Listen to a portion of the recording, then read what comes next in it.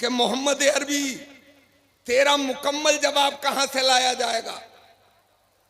तेरी तो नजरों का जवाब नहीं है,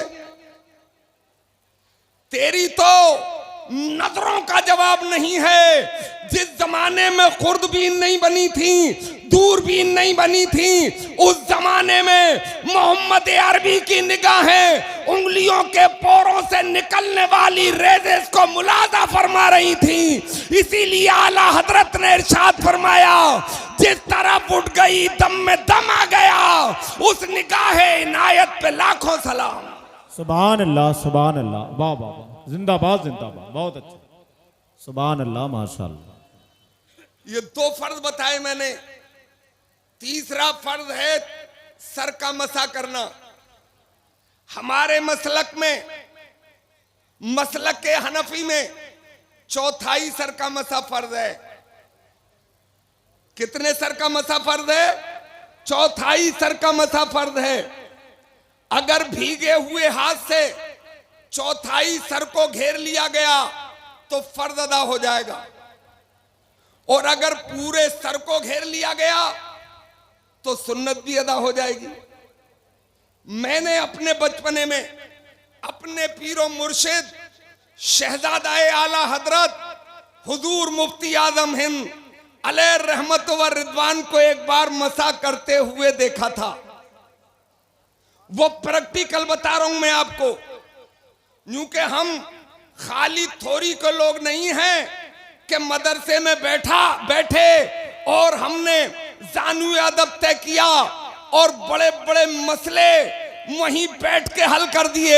ये थोड़ी है, ये थोड़ी, हमने थोड़ी भी पढ़ी है। हम तो प्रैक्टिकल की दुनिया के लोग भी हैं। जब हम थोड़ी पढ़ते हैं तो नाना की जुल्फें पकड़ के पढ़ लेते हैं, मक्के की गलियों में बाप की उंगली पकड़ के पढ़ लेते हैं, माँ की गोद में पढ़ लेते हैं, और जब प्रैक्टिकल का वक्त आता है तो फिर करबला के मैदान में उतर के नन्ना अली असगर दे के इस्लाम भी बचा लेते हैं। ए सुभान अल्लाह, सुभान अल्लाह, जिंदाबाद जिंदाबाद, वाह वाह, बहुत अच्छा, सुभान अल्लाह। प्रैक्टिकल बता रहा हूं आपको। ये तीनों उंगलियां मिलाइए, शहादत की उंगली छोड़िए, और ये तीनों उंगलियां मिलाकर पेशानी के बाल उमूमन जहां से उगते हैं वहां से पीछे तक ले जाइए और वापस हथेलियों को टच करते हुए लाइए। अब ये हथेली इस्तेमाल हो गई और ये तीन उंगलियां इस्तेमाल हो गई। शहादत की उंगली बची है, इसे कानों के हल्के में घुमा लीजिए।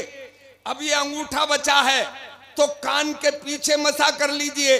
अब ये हाथ का आखिरी हिस्सा बचा है तो यके बाद दीगरे अपनी गर्दन पे घुमा लीजिए। आपका फर्ज भी अदा हो गया और आपकी सुन्नत भी अदा हो गई। हज़रात, मसे का हुक्म क्यों दिया गया, ये फर्ज क्यों किया गया, ये तो हमें इस पे अमल करना ही है, मगर इसकी हिकमत को पर भी आप गौर फरमाएं।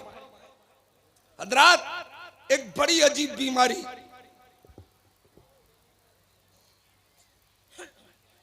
बड़े से बड़े हसीन, बड़े से बड़े खूबसूरत के हुस्न का हुक्का बुझा दे। एक साहब मुझसे कह रहे थे, मेरा लड़का देखा है आपने? मैंने कहा देखा है। बोले यार इसके लिए लड़की तलाश रहा हूं, जोड़ा मिल ही नहीं पा रहा। मैंने कहा क्या हुआ? बोले इसके नैनो नक्शे वाली लड़की मिल ही नहीं रही है, बहुत हसीन, निहायती खूबसूरत हो वजीह, मगर कुछ दिन बाद उसे घेंगे की बीमारी हो गई, गला फूलने की बीमारी हो गई, बुझ गया हुस्न का हुक्का। अब उसे कोई देखने के लिए तैयार नहीं, इसलिए खूबसूरत थे, बीमारी में गिरफ्तार हो गए, हुस्न गायब हो गया। मेरे इस्लामी भाइयों, आओ तहकीक तो करो। जदीद मेडिकल से ये पता चला है कि अगर दिन में सिर्फ 5 बार भीगे हुए हाथ से अपने सर का मसा कर लिया जाए तो कभी घेंगे की बीमारी हो ही नहीं सकती है। ये वुजू है जो मैं आपको बता रहा हूं। सुभान अल्लाह, सुभान अल्लाह, वाह वाह वाह, सुभान अल्लाह, जिंदाबाद जिंदाबाद, वाह, बहुत अच्छे, माशाअल्लाह। एक कान के पीछे नस है जो निहायत की कीमती नस है। ये बॉडी इसका खालिक अल्लाह है? इसे अल्लाह ने पैदा किया है। ये इंजन किसी फैक्ट्री का बना हुआ इंजन नहीं है जिसकी मुद्दत सिर्फ 16 साल हो। ये तो परवरदिगार आलम ने तख्लीक फरमाया है। अगर 1000 साल भी ये जिस्म रहता है और गुलामी मुस्तफा में जिंदगी गुजरती है तो इसका एक पार्ट भी नाकामयाब नहीं होता है। वाह वाह, सुभान अल्लाह, जिंदाबाद जिंदाबाद, सुभान अल्लाह। इसका खालिक हमारा परवरदिगार है ना? बहुत अच्छे, वाह और वाह, उसकी कुदरत का कोई किनारा, उसकी कुदरत का कोई ठिकाना। एक मिसाल दूं मैं आपको। दुनिया में जितनी वुमेन्स हैं मादा, और उनमें की जितनी बच्चे जनती हैं यानी दूध पिलाती हैं, उनमें अल्लाह ने एक सॉफ्टवेयर रखा है।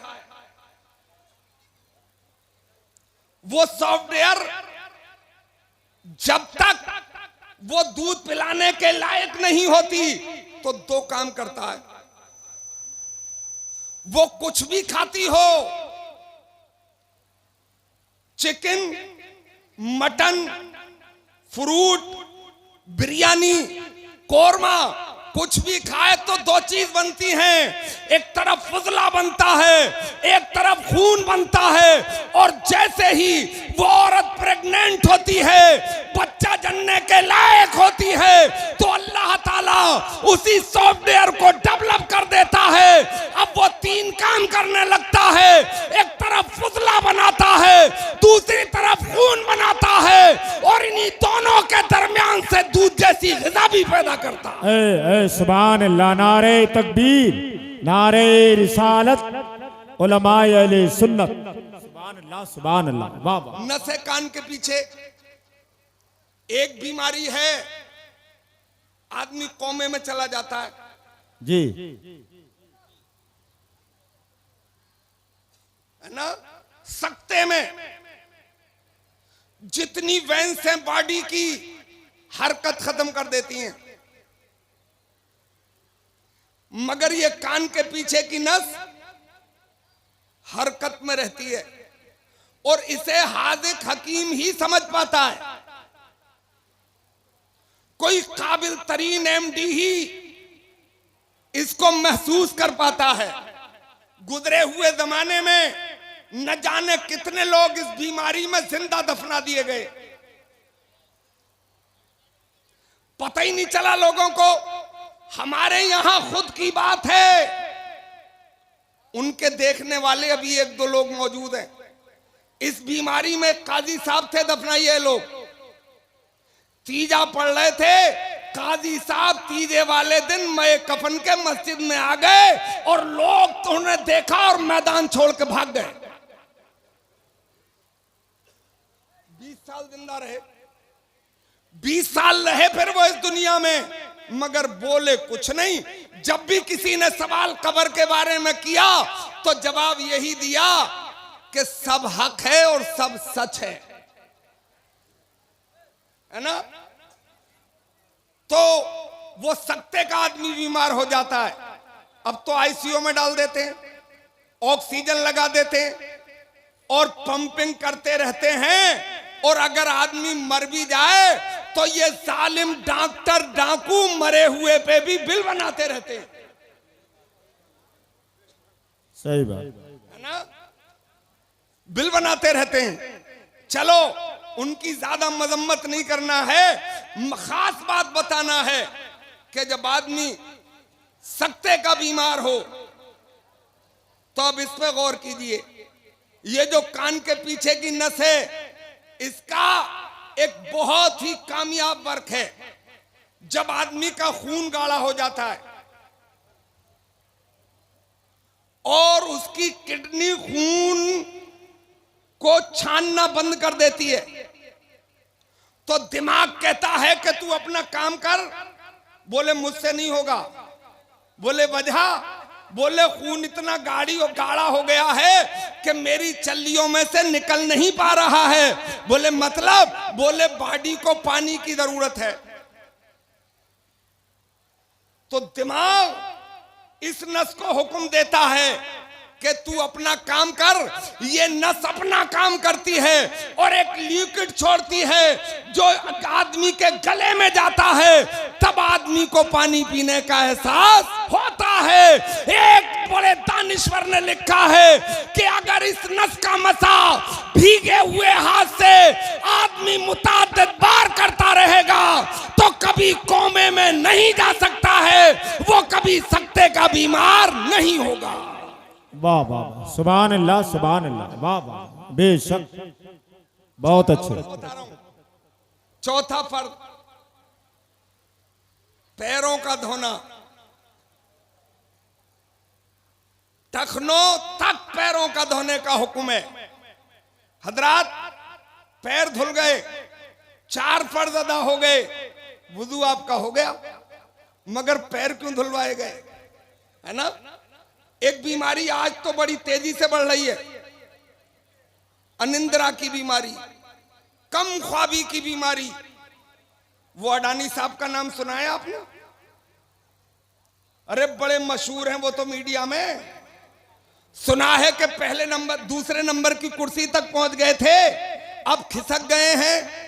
कौन सी कुर्सी पर हैं हमें तो कोई पता नहीं है, मगर जब वो दूसरे नंबर की कुर्सी पर बैठे थे, दौलत के अंबार थे, न जाने कितने हेलीपैड और हेलीकॉप्टर उनके पास थे, मगर मैंने ये पढ़ा कि सिर्फ 4 घंटे सोने के लिए उन्हें नींद की गोली लेना पड़ती थी। जब मैंने गुलाम मुस्तफा को देखा तो सिर्फ इतना देखा कि ईशा की नमाज पढ़ के आता है और दुरूद पाक पढ़ते पढ़ते चैन की नींद सो जाता है।